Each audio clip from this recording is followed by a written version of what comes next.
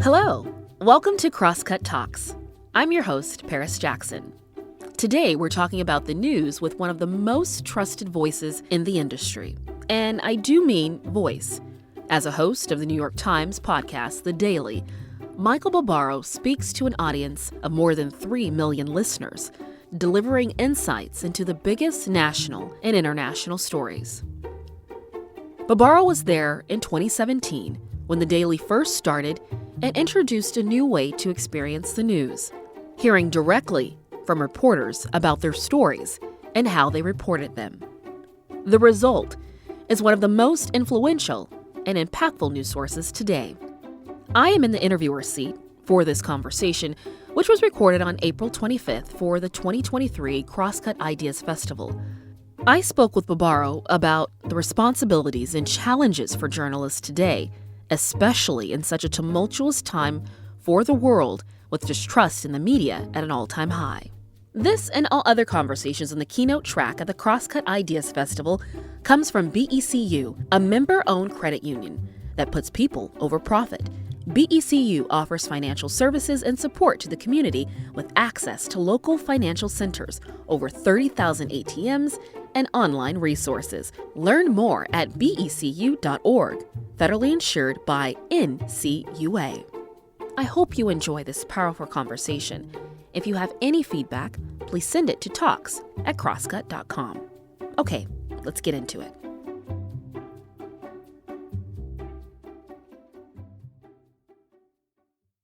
Michael, welcome, and thank you for joining me today. Thank you very much for having me. I'm happy to be here. We're delighted to have you here with us. And to just kick it off, we used to get our news on the radio, via newspapers, and even the evening news. And now everyone is consuming it in a million different ways. How do you see podcasting fitting into that mix? Well, you're right to say it's new, and yet it's not at all new, right? I mean, podcast is a modern iteration of the oldest and most powerful form of broadcast, which is radio. And radio plays such a huge part in the history of media, especially in the United States. And podcasting grows out of that tradition, and it experiences this huge growth, this explosive growth over the past decade when technology, which is always the great driver of change in media, kind of meets the moment. And of course, what I'm talking about is the iPhone, right? This smartphone comes along and everyone's got this purple app, which is the podcasting app. And simultaneously, they're getting Bluetooth technology in their cars and in their homes. And suddenly it's possible to listen to digitized audio, which is what podcasting is, my show, The Daily, is, anywhere, any time of day. And it doesn't need to be live anymore. And so the work that we do, it never times out. It never expires. TV has basically found that technology as well, right? You can record things, but in audio, you really couldn't. If you missed that amazing moment in the car when you were listening to NPR, it was gone forever. And now that's not a problem. So all that stuff comes along, and that's the moment that our show, The Daily, was born in, a kind of technologically optimal moment where lots of people are ready to give podcasting a try. And so podcasting is having a moment because the world is ready to listen to digital audio at their fingertips at any moment of the day. And kind of speaking on that moment, I mean, it came at a very unique moment, a tumultuous time, really globally. Former President Trump didn't shy away from his disdain with the media. For instance, even talking about the Times and many other broadcast networks. And even still today, we have elected officials and those within media spaces that continue to expel lies as fact. And so what, from your perspective, how are you able to report the news in this type of environment? Has it changed, or how do you see it? Well, I think to answer your question, I have to talk a little bit about the format of The Daily. So we are created in 2017, as you are hinting at, a moment of great tumult, a moment where Donald Trump has been elected president. The Daily literally starts a couple of weeks into that presidency. And it's, journalistically speaking, a pretty strange moment, maybe a little bit terrifying because facts are very much in doubt. We have a president who at that moment was embarking on a pretty unprecedented campaign of mistruths, lies, deceptions. And if you're a typical journalist, it's very hard to wade through all that because you have to engage it in these very short bursts. Today, the president said X. Maybe it's not true, but it's a very short segment. We don't have a whole lot of time to engage it. The Daily was telling one story a day for about 25 minutes, which is a real gift because it means you can start your story in a pretty interesting place and expect your listener to come with you on a pretty long journey, which means you don't need to engage. In fact, you can, if you're going to do the job well, in sound bites and the quick hit news of the day. We spend a ton of time thinking about how we want to tell a story that will carry you through those 25 minutes, which means telling you a really rich story with a beginning, a middle, and an end. And almost by definition, that means not having to obsess and focus on the quick tweet from the president or the thing he said that was false, but getting to the real heart of the matter. If we're going to talk about immigration or the wall, we're going to go down to the border. We're going to tell a real story about a real person for 25 minutes. If we're going to be talking about the president's relationship to the Muslim ban, which he announced just a few weeks into his presidency, we're going to spend 25 minutes really exploring the motivations behind that and its impact. And so that really liberates us from a lot of the kind of like awfulness of that moment. And interestingly, as you just mentioned, a lot of those were just difficult, heavy topics, ones that may trigger your audience. So how were you and your team able to kind of strike that balance between empathy, sensitivity, and neutrality? I think we approached the show with this idea that there's plenty of partisan media in the world. Plenty of conservative media, plenty of liberal media in broadcast especially, and that what listeners really wanted was curiosity, earnestness, and empathy.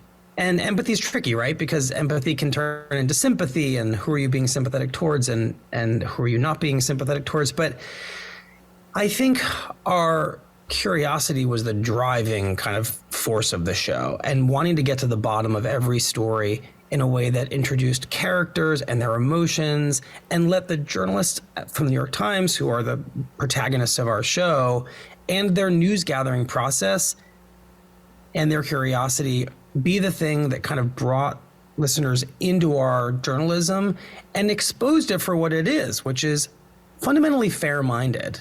That's what we are. And in a way, I think media has for a long time resisted letting people come inside, right? Open up a door and see how we do what we do. And I think the Daily, by letting people into our process, letting journalists say when they don't know something, embrace their uncertainty and describe the process of gathering facts, lets people see that this is not a mysterious conspiratorial process here. This is a person doing their best, feeling through the uncertainty, trying to get an answer. So I think all that together became a counterbalance to all that doubt and, worry in that moment. And that's a perfect segue into, I guess, where the fundamental, where the groundwork was. Another, I guess, step to that was building trust. How were you able to, and how do you build trust with your audience? Yeah, I think the way you build trust with an audience that has been, for some good reasons and for some not good reasons, led to believe that the media is not trustworthy, is by being transparent. And I'm just going to give you, an example. Throughout the Russia investigation, which was so polarizing, the kind of federal investigation into whether Donald Trump and his campaign had an improper relationship with Russia. So much noise around it. So many questions about what is collusion. And I remember a moment where we just asked one of our colleagues on the show to basically acknowledge that people don't really, even in the legal world, necessarily know whether collusion is even a crime, And so if we don't really know that's a crime, what are we up to here? And I think sometimes when a journalist disarms you by going way off the expected script, acknowledging what they don't know and maybe that they may never know it is, that is the opposite of that traditional broadcast anchors declaring what is, this is how it is tonight. And it's sometimes we don't know the way it is. Sometimes we're just trying to figure it out. And I think that is part of a necessary journey that we as journalists have to go on. This is what we know. This is what we don't know. This is what we're trying to figure out. And that's a big part of how we design the show. And one thing that you've mentioned before, and I think it even takes it that continual step, is you're humanizing, trying to humanize something that maybe had been more rigid. And part of building that trust is trying to diversify who you talk to. And have you guys found that, is there evidence to support that you are building trust with your audience? Because some will say the Times leans more liberal. And so are you finding that conservatives are a part of your listenership? They are. And I think we know that we're striking this balance we're talking about when we hear from our listeners who are, left of center or progressive and say, oh, I didn't expect to hear from that person and I was glad to hear from them. And then when we hear from our conservative listeners who say, I didn't think you'd ever have that person on, and I didn't think you'd ever have that conversation. I'll just give you an example. Mass shootings are the great kind of trauma and scourge of our time. And early on, we at the Daily, decided we wanted to cover these mass shootings in as kind of interesting and curious and empathetic a way as we possibly could. And I remember a conversation we had with a man who owned a gun shop that had sold a gun that was used in a mass shooting. And we wanted to have that conversation because we knew it was going to be a challenge to many of our listeners. Unexpected. Who wants to hear from somebody who sold a gun that was used to kill many, many young people in a school? And it turned out this person was as traumatized, this gun store owner was as traumatized as anyone in the story, horrified by what had happened, and had a very complicated and nuanced relationship to guns himself. And that was so unexpected. And I remember hearing from lots of our listeners that we had kind of turned their expectations inside out. They wanted to hate him, but they couldn't because he was so real. And I think whenever we can challenge each other to see people not as caricatures and not as these kind of straw men and women in the news, but as really, fully three-dimensional human beings that the news has just happened to, then we're doing it right or righter than we were before. Right. And I'm even thinking back, I'm a avid listener of the Daily, and over the last couple of years, you just mentioned that story with that gun shop owner. Have there been other stories that have touched you and kind of changed your view on things, you personally? Yes, and one immediately comes to mind in a way that I'm a little bit bashful of because I had a very strong reaction to it. Very early on in the history of the show, we interviewed a coal miner about his life in the coal mines at a moment when there was, in his mind, an assault from environmentalists and the government to try to shut down that industry. And we had a very searching conversation with this coal miner about what coal mines meant to him and how to put his kids through school. And at some point in the interview, he turned to me and asked me about, how much I really understood about coal mining and had I been to a coal miner. And he was it was gentle, but it was firm. And he was basically saying, do you have any idea what you are asking me about? Do you really understand this thing that gets turned into a political football?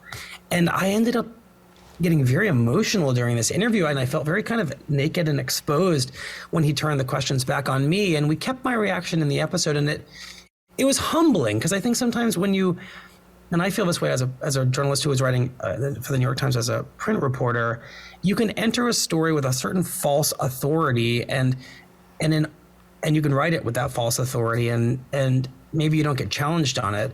But in audio, you're having a real conversation with somebody, and they can turn on you and ask you a question that can just kind of catch you short. And that was what happened there. And it had a deep impact on me because I felt like I had learned a little bit about the limits of my own understanding of the story, but in a healthy and humbling way.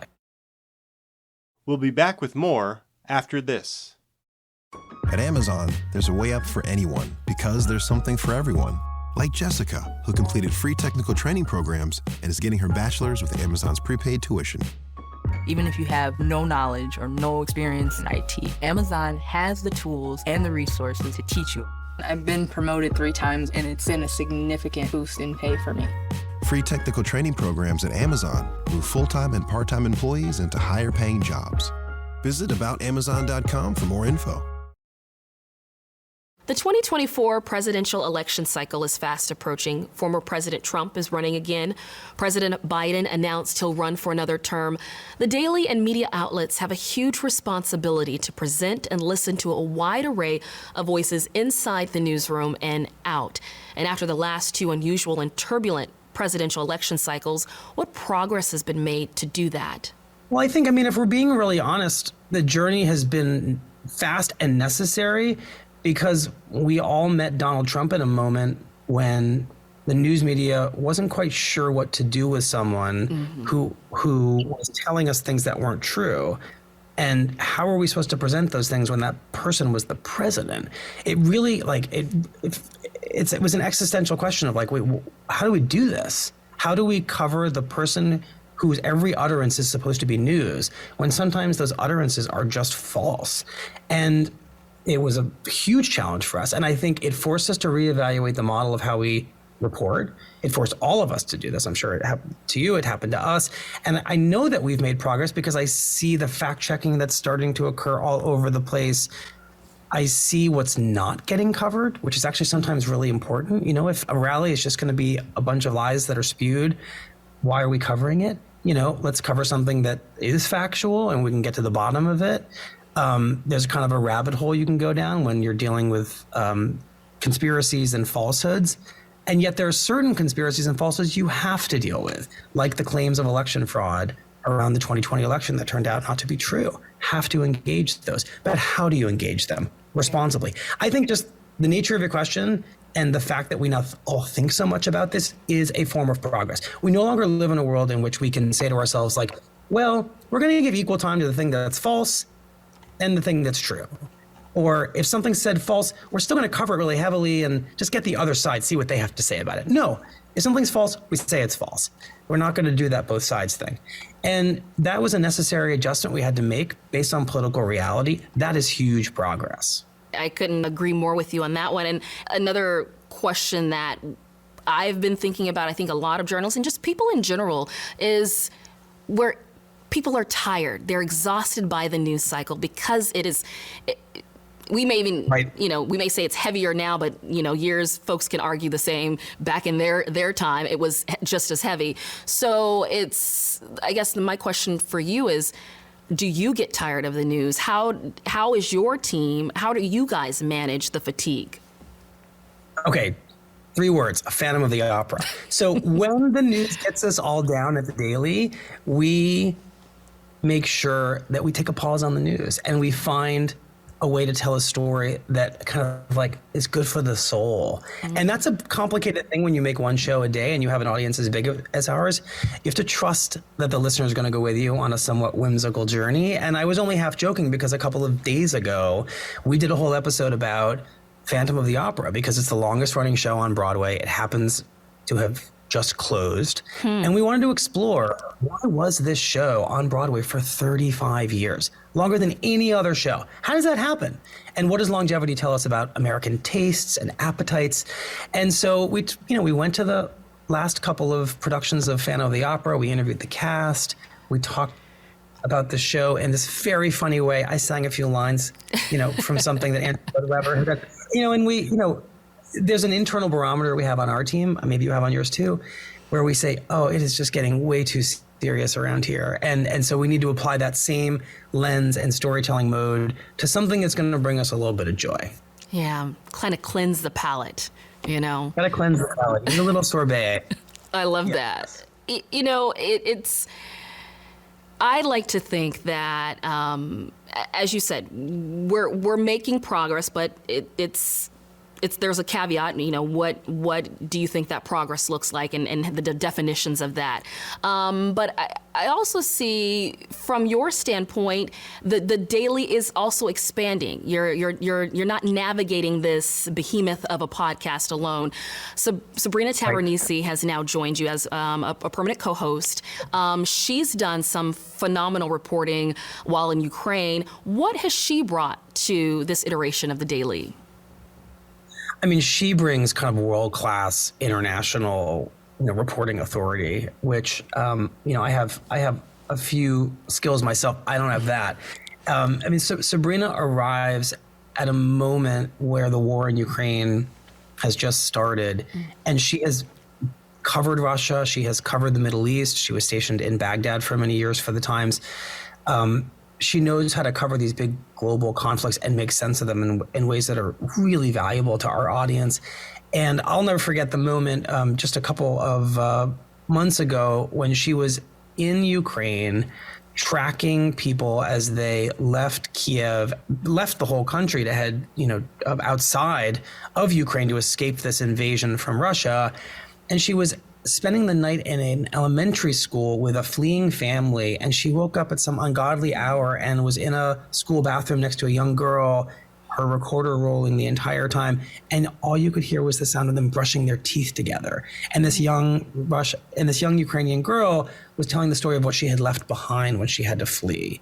And, that was such a powerful journalistic experience that I think brought home to people the stakes of the war. And I think that's the beauty of having a co-host who is so experienced in international affairs, but who has the show's kind of curiosity and empathy in her DNA. Michael, speaking of truth and Trump, you knew him before he was president.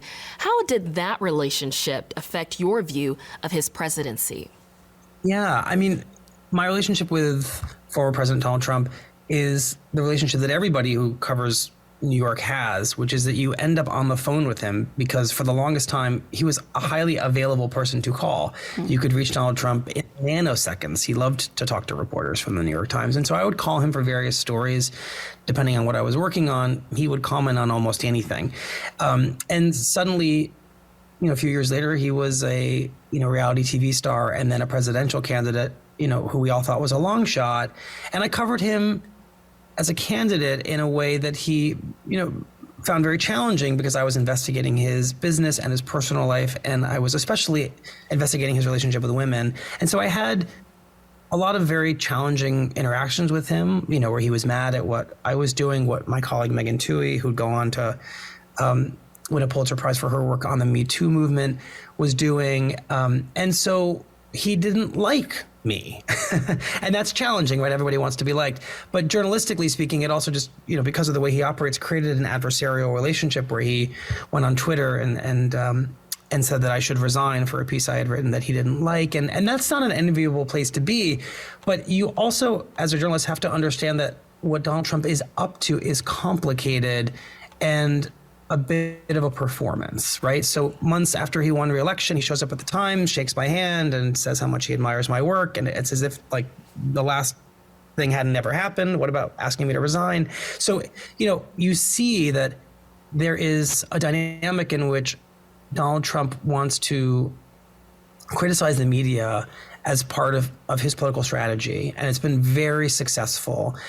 When you attack the media enough, you attack the media's ability to be a counterweight, to something you're saying that's false. And then your falsehood has a lot better chance of becoming powerful and believed by many people in the country. So it's a little perverse, but it's a successful strategy to call the news media the enemy of the people, which is what Donald Trump did. And as a journalist, I fear that has really contributed to the erosion of faith in the news media. But as a journalist, I also need to understand it and cover it and explain it to our audience. What is happening here? So I sometimes think of my own relationship with Donald Trump as kind of a case study of how this works. Criticize the reporter, then be really nice to them because you didn't really mean it, but know that the effect of that criticism is to make it harder for that journalist to do their job, which is often to hold you accountable. So it's kind of a phenomenon you need to kind of depersonalize, analyze, study, and explain. That's my relationship with Donald Trump. Wow. Well, a ping pong, that back and forth. And I think it even leads us to kind of this last question that I have for you that I think that we both share a similar view that, journalism is a noble profession. It's vital to our democracy, as we've just outlined in this conversation. But do you think most people see it that way? I think polls would tell us that the answer is no, that they don't see it the way we see it.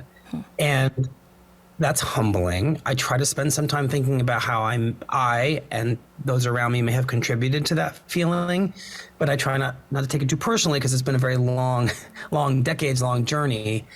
And I think we all have to wake up every morning as journalists knowing that we now have two jobs, right? Our first job is to report the news as fairly and in with as much integrity as we can, curiosity and empathy. But this second job, which I never wanted, and I bet you didn't want, but we now have, is to recognize that our audience is going to be skeptical of us and they might not believe us, and that we have to think about the form in which we tell the story and how we approach the story.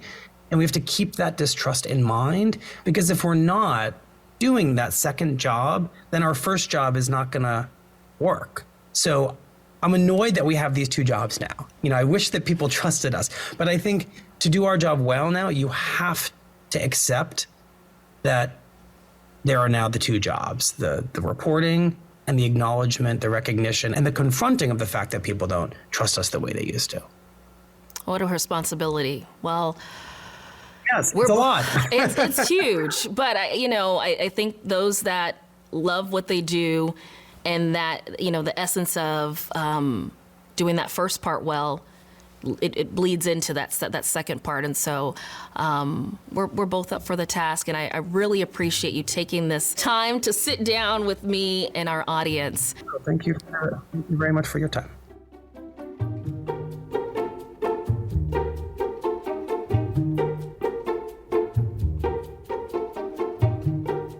And that's it for today's episode. Thanks again to Michael for the talk.